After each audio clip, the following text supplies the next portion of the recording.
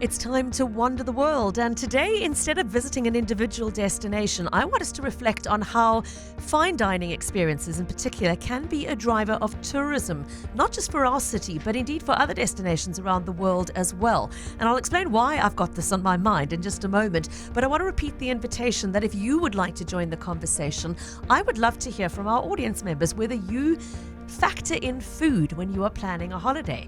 And that can be a local holiday or an international one. Have you made a pilgrimage to a particular town in South Africa because you wanted to try a specific restaurant there? Have you done the same overseas? Or perhaps planned an entire trip for the family because you've always wanted to try Sri Lankan food, Vietnamese food, Brazilian food, whatever it may be? What role does the food experience play in your concept of planning travel? You can tell us with a WhatsApp to 072-567-1567 or pop through an email to pippa@capetalk.co.za. Why am I thinking about this so much today? Well, because last night I attended the annual Gourmet Guide Awards, which recognize top fine dining destinations in South Africa. And I've asked their founder, Jenny Handley, to join us in studio today to firstly reflect on what happened at the awards last night, but also to talk about this bigger issue of how South Africa appeals to gourmet travelers, both local and international. Jenny, miraculous that you're still on your feet after the long night you had last night. Thank you for coming into studio and welcome. Thank you. It's a joy to be here. Thanks. Firstly, congratulations on reaching the milestone of the 10th anniversary of the Gourmet Guide. Thank you. Take us back to the beginning of the story. What made you want to set up this publication and the awards that feed into it? Well, I firstly had no idea what I was getting myself into, but I was doing a lot of freelance travel writing and visiting wonderful restaurants all over the world and interviewing chefs and reviewing the restaurants and then writing about them. And I just realized that there was no platform where South Africa could showcase all its culinary ability in one place, a beautiful compilation of what we offer to the world and to culinary travelers. So I then approached a publisher, and the first one I approached said, yes, we'd love to put this together. I then approached many of the top fine dining restaurants and started the journey of writing about them. And that was 10 years ago. We launched the first guide in 2016. And here we are. We've launched 2026. And it's been amazing to see how the industry has grown in popularity as a destination in that time. Very specifically, fine dining experiences. This is not about bistro dining and casual dining. No. And obviously, those have a role to play, and we'll talk about that later.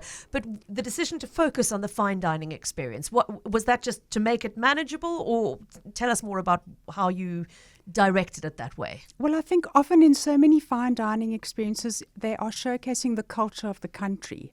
And they work hard at that, because if people are going to a country, let's say for only 3 days, they're very specific about where they want to eat. And they want to feel the place. They want to learn about the people.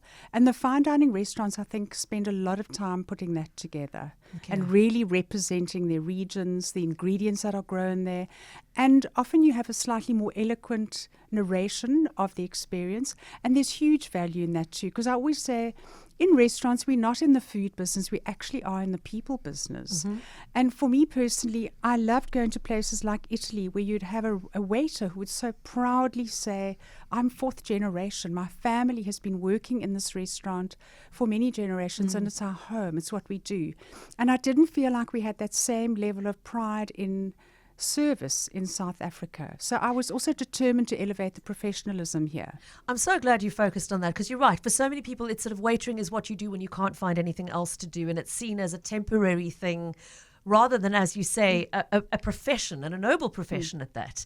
And I'm thinking back to my waitressing days. There I was as a student working in a very upmarket restaurant at the time in Sandton, and with me, alongside me in the waitering staff, was Boba, who had fled Yugoslavia.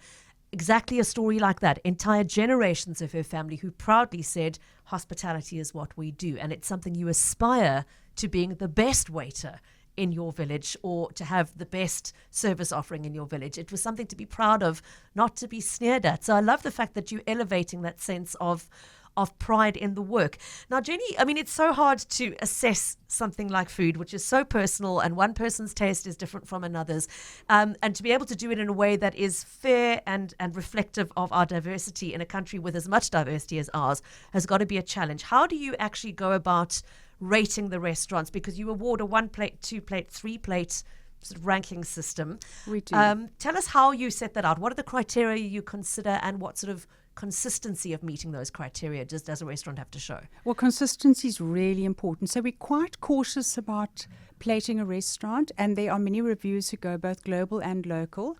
And it's interesting because the global reviews obviously come out in season. So they see the restaurants when they're really, really busy. The locals tend to go more in the quieter months. So I feel like we get a really good representation of what the restaurant offers.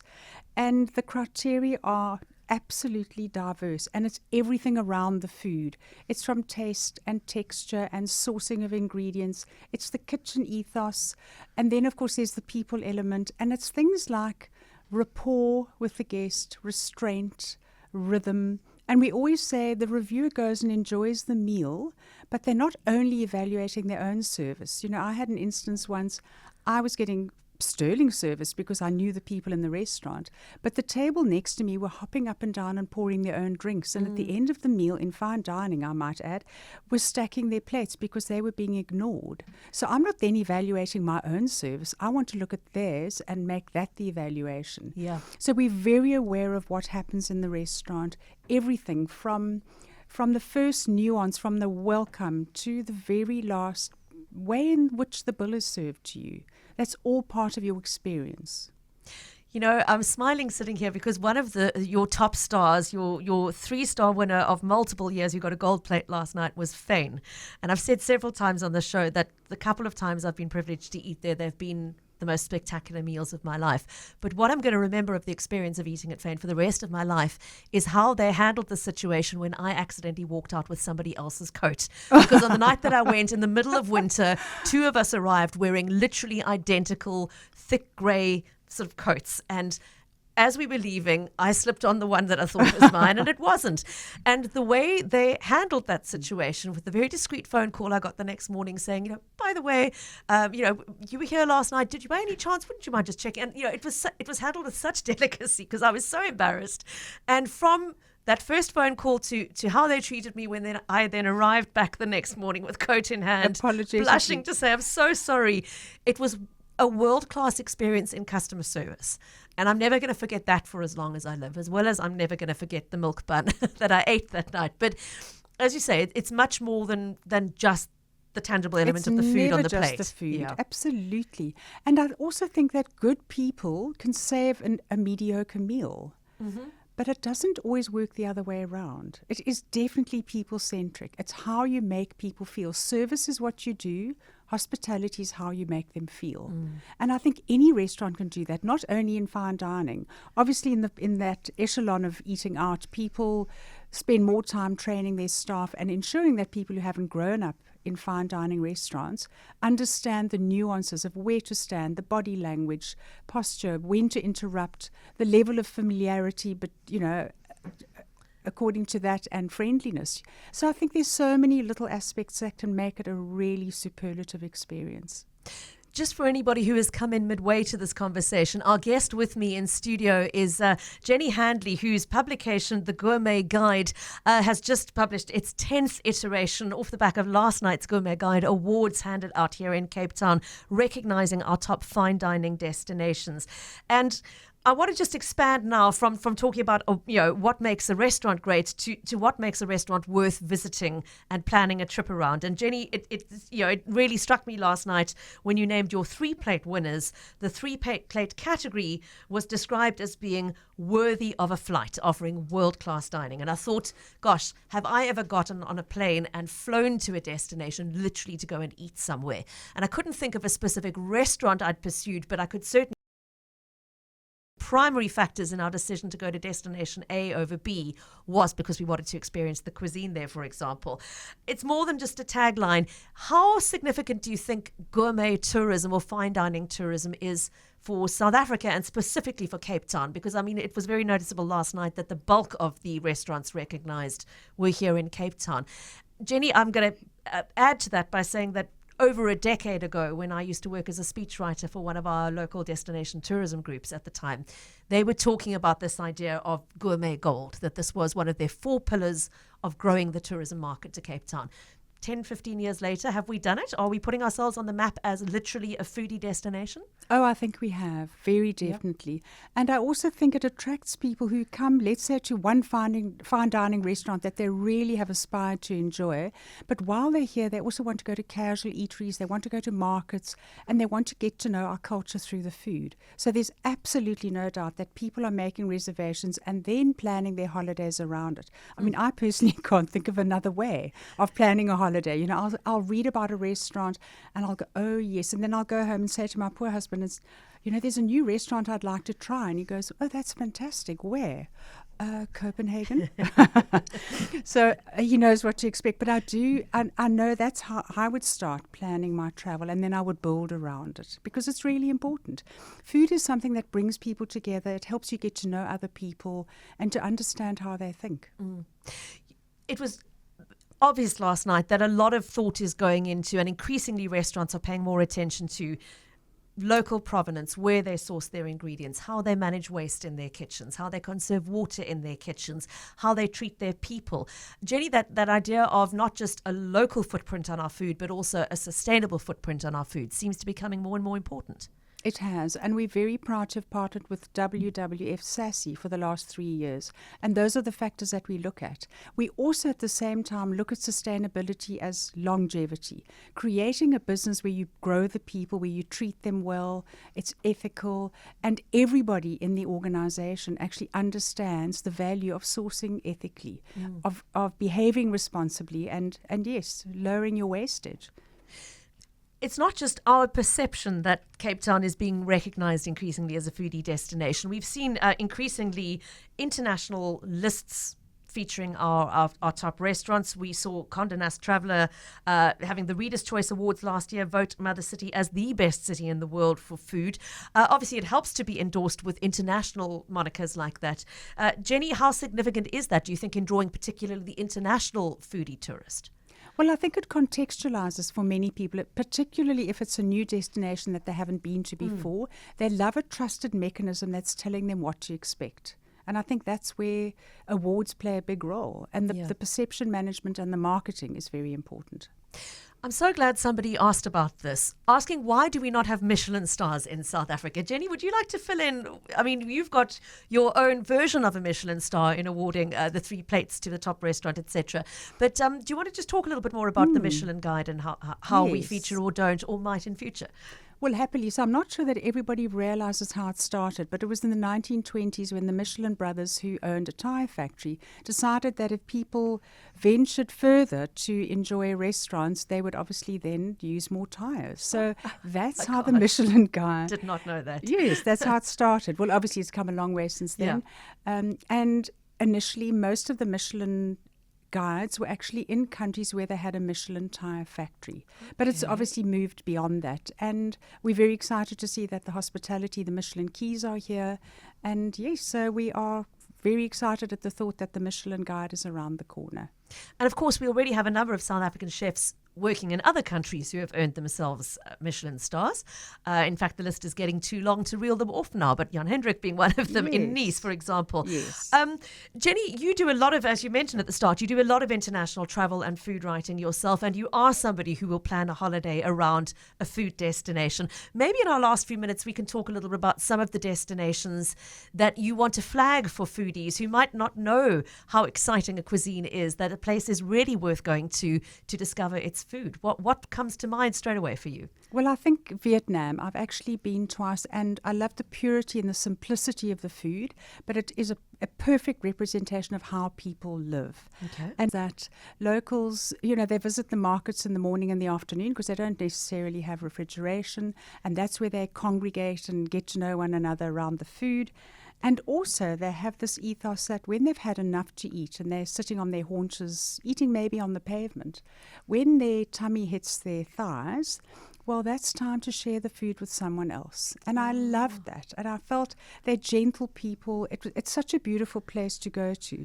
So I was very excited when I was, and honoured, asked to lead a tour, a culinary tour to Vietnam next year. And I then asked, instead of asking for a fee for the for the professional part Putting of the together trip, yes. is to actually instead ask if a chef could go with me. So one of the plated chefs went into a lucky draw last night. The 3 restaurants that have been plated in every guide for the decade. We did a lucky draw, and we're absolutely thrilled that James Garg of La Colombe was the winner of the 10-day culinary tour to Vietnam next year. I was so thrilled for that because a meal at La Colombe was my first ever experience of fine dining, and we're going back I don't know how many years, longer than the Gourmet Guide has been around. So I was so thrilled because that team has really been a trailblazer for so many other chefs to follow, haven't they? They certainly have, and I think also one of the first to put us on the world stage. And many, many people come out to South Africa, to Cape Town, to experience La Colombe. And I can guarantee that they're not disappointed. It is that is true destination dining worthy of a flight. So it's wonderful to now see it happening the other way around, where we will be taking them to enjoy this amazing culinary tour with those who want to be with James. I was going to ask, somebody's asking, is that open to the public, Jenny? It certainly is. Yes, okay. It is. If somebody wants to join, how do they make contact with you to ask for details? They can look at our website, gourmetguide.co. Okay, so on the website, you can find the details. I'm sure you weren't the only one looking, so I would look fast and inquire fast if I were you. What's the best time of year to do that, to visit Vietnam? I always think, our mid-seasons, April and September, October, more predictable weather-wise, but any time of the year, there are always parts of Vietnam where the weather is actually good. Okay. And the food is going to be great all the time. Okay. Any other destinations that for you are tied up with wonderful memories of travel where the cuisine was worth a flight, Jenny? Oh, Japan. Yeah. Oh, yes. I'd go back in a heartbeat. I, again, loved the way people show their dignity, their humility. And Japanese chefs will work their entire lifetimes just to perfect one aspect of their craft. Absolutely focused, dedicated. And the food is incredible. Loved it. Whetting my appetite big time. Okay. This is an interesting comment from somebody on the WhatsApp line. Fran in Stellenbosch saying, we're a family of celiacs with so many dietary requirements, so eating out is always a mission to find a suitable place. They have found a location in Somerset West called Babette's where they say there are lots of gluten-free options that they really enjoy. But there's so many cities around the world they say there's so many cities around the world who cater for celiacs, but unfortunately very few destinations in South Africa is their comment. Do you think that's a fair comment? Is it something we need to work on? I think it has been worked on. I think it's getting much better than it was. I think all dietaries, the chefs are spending a lot of time trying to ensure that the menu is based particularly on vegetables, which is an easy platform, and then adding proteins and wheat and other ingredients so that they can always look after everybody. Okay, that's a great idea. So building the structure of the dish being the plant focus. And obviously that's the more planet-friendly approach as well to do it that way. So it makes a lot of sense. Jenny, in the last few minutes, let's just come back to the restaurants that you plated last night. And it was such a lovely celebration. I have to say, the atmosphere in the room of the industry celebrating itself and the support for the newcomers, obviously the applause and the appreciation for those who've been doing this for a long time, who've led the way. But it was a lovely sense of real enthusiasm for seeing new restaurants opening up, new people getting their first accolade, for example. How excited are you by the new wave of restaurants that we are seeing opening in the fine dining space in Cape Town? Do you want to just give us a couple of examples of things that really excite you right now? I get very excited by seeing new people. And I think also people open a restaurant with one idea in mind, and sometimes they dovetail it a little bit. But I think people are spending more time planning their restaurant openings and working out what the community wants and what will fly. And because of that, we've got some amazing new places opening. And if I look at 2 new plated restaurants, both De Tafel and Terrarium, in fact, were winners of WWF Sassy Awards. One was the chef, Gregory Henderson, and the other was Terrarium as the restaurant. And that's a real showcase of what we should be doing in the restaurant space. We actually had Gregory in studio probably a month or 2 ago now, and he brought some tasting items in with him. Lucky me. Absolutely endorse what you said there. The food is extraordinary, but the thought that went into crafting those dishes was just off the table. So the 3 plates, I just want to quickly run through this list of the restaurants that achieved 3-plate status last night. Mainly Cape Town based, Jenny, and again that it was obvious last night that the fine dining world does seem to be weighted towards Cape Town. But are we seeing? I mean, I know the Living Room, for example, in KZN has been making waves for some time now. Is Joburg catching up on the act? I think the offering is very different in Johannesburg and wonderful, but that's why we have regional representation. And I think they're, again, shorter meal times. They love the cocktail bars, they love the decor, very vibey. A lot of business is transacted in a restaurant in Joburg. So it's quite different here. We sleep here, slower, beautiful mountain setting, wine farm, sea. And people are often on holiday when they're eating here. So I think it is very different. And that is taken into consideration, definitely. Well, to read up about the winning destinations and the new exciting newcomers that you should be making your reservation now before they're all gone for the season. Jenny, where does one get hold of the brand new edition of the Gourmet Guide? Well, the best is, again, on our website. There is a digital version available. And otherwise, the Gourmet Guide print version, we've got a special commemorative edition, which will be available courtesy of San Pellegrino and Nespresso in the plated restaurants, should they wish to get a printed version. Okay, so do ask when you're dining at one of these. You can ask to get a copy there. Otherwise, go to gourmetguide.co.za to look at the digital version. Well, Jenny, congratulations on the 10-year milestone. Thank you for a wonderful evening last night. And I love the fact that you are showcasing the extraordinary talent and creativity that we are seeing bubbling up.